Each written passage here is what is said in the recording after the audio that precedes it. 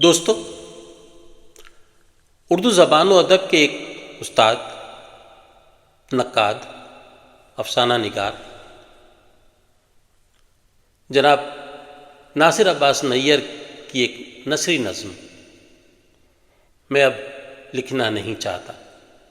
آپ کی خدمت میں۔ میں اب کاغذ پر نہیں لکھنا چاہتا، نہ کسی کتاب کے حاشیے، نہ اسکرین پر،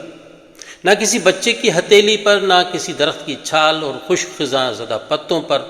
نہ سفید گلاب کی تازہ پتی پر،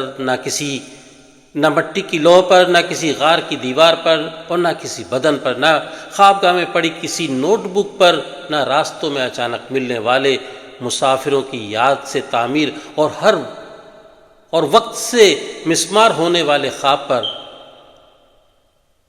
میں اب اس مکھوٹے پر بھی نہیں لکھنا چاہتا جسے مجھے سورج کی پہلی کرن سے خواب کی پہلی دستک تک پہننا پڑتا ہے، نہ ان خراشوں پر جو میرے دل پر اس وقت پڑتی ہیں جب میں چھوڑی ہوئی جگہوں کو یاد کرتا ہوں، جنہیں وقت نے محفوظ نہ رکھا، اور میرے دل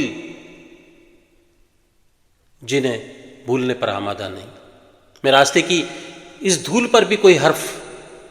رقم نہیں کرنا چاہتا جو پہلی بار مکتب جاتے ہوئے میرے پاؤں سے لپٹی تھی اور اب میرے قلم کی نوک سے ٹپکتی ہے، نہ اس لمس پر جسے 50 سال میرے ہاتھوں سے اڑا نہ سکے،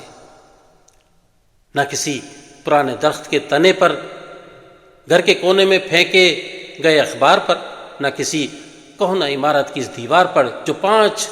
صدیوں سے دنیا کو گھورے چلی جا رہی ہے، اور لگتا ہے کہ ابھی وہ شہر کے شب و روز کے سب راز اگل دے گی، اور پھر اگلی 5 صدیوں تک